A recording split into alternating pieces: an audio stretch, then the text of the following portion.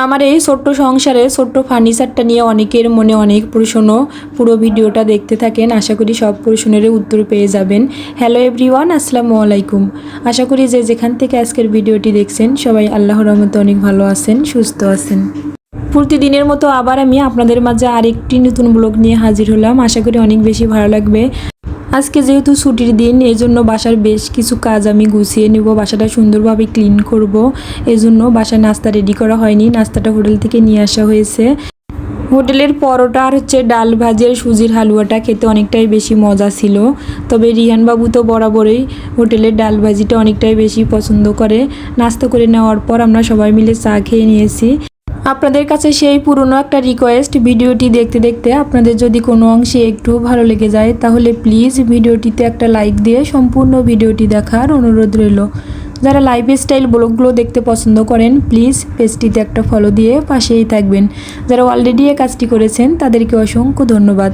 আজকে আমি কিচেনটা সুন্দরভাবে ক্লিন করে নিয়েছি, অয়েল জারগুলো সুন্দরভাবে গুছিয়ে রেখে দিচ্ছি। তারপর বাসায় কিছু আপেল নিয়ে আসা হয়েছিল, আপেলগুলো এখন আমি ক্লিন করে নেব। আমি 1 ঘন্টা পানিতে ভিজিয়ে রাখবো ভিনিগার দিয়ে। 1 ঘন্টা পর আমি পানি ঝরিয়ে তারপর ফলের ঝুড়িতে রেখে দেবো। এভাবে আপেলটা পানিতে ভিজিয়ে রাখলে অনেক সময় যে আপেলে ফরমালিন থাকে সেগুলো অনেকটাই সুন্দরভাবে ক্লিন হয়ে যায়। এই তো আমি এখন ফলের ঝুড়িতে রেখে দিচ্ছি। আপেলগুলো দেখে মনে হচ্ছে অনেকটাই বেশি ফ্রেশ ছিল। আজকের ভিডিওটা কে কোথা থেকে দেখছেন প্লিজ একটু কমেন্ট করে জানিয়ে দিবেন। আপনাদের মূল্যবান কমেন্টগুলো করতে আমার অনেকটাই বেশি ভালো লাগে। এখন আমি রিয়ানের জন্য একটা আপেল কেটে দিচ্ছি। বরাবরে রিয়ানকে যে কোনো জিনিস সাজিয়ে গুছিয়ে দিলে অনেকটাই বেশি খুশি হয়, এজন্য ওকে আমি আপেলটা সুন্দরভাবে ফুল করে দিচ্ছি। সে তো দেখে অনেকটাই বেশি খুশি হয়েছিল।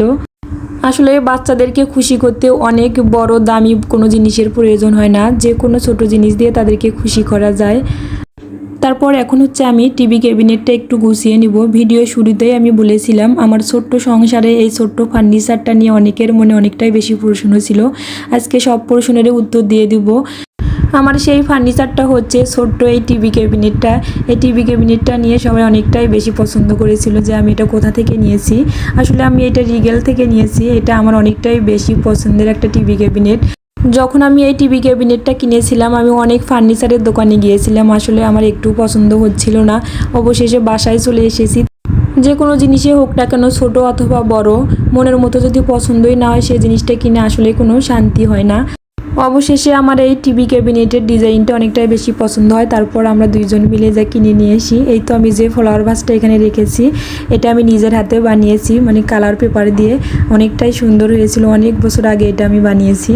তারপর এই তো টিভি ক্যাবিনেটটা আমি যতটুকু সম্ভব একটু মনের মাধুরী মিশিয়ে গুছিয়ে নিয়েছি, একটু একটু করে গোছাচ্ছি। তবে পুরোপুরি এখনও গোছানো কমপ্লিট হয়নি। বাসায় আগের কিছু ছোট ছোট শোপিস ছিল, সেগুলো দিয়েই গুছিয়ে রেখে দিয়েছি।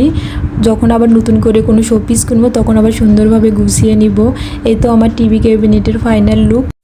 আজকের ভিডিওটা যারা ইউটিউব চ্যানেল থেকে দেখছেন প্লিজ আমার চ্যানেলটিকে সাবস্ক্রাইব করে পাশেই থাকবেন। যারা অলরেডি এই কাজটি করেছেন তাদেরকে অসংখ্য ধন্যবাদ। আজকে আমার এই ছোট্ট ভিডিওটি আপনাদের যদি ভালো লেগে থাকে প্লিজ আমার ভিডিওটিতে একটা শেয়ার দিয়ে পাশেই থাকবেন।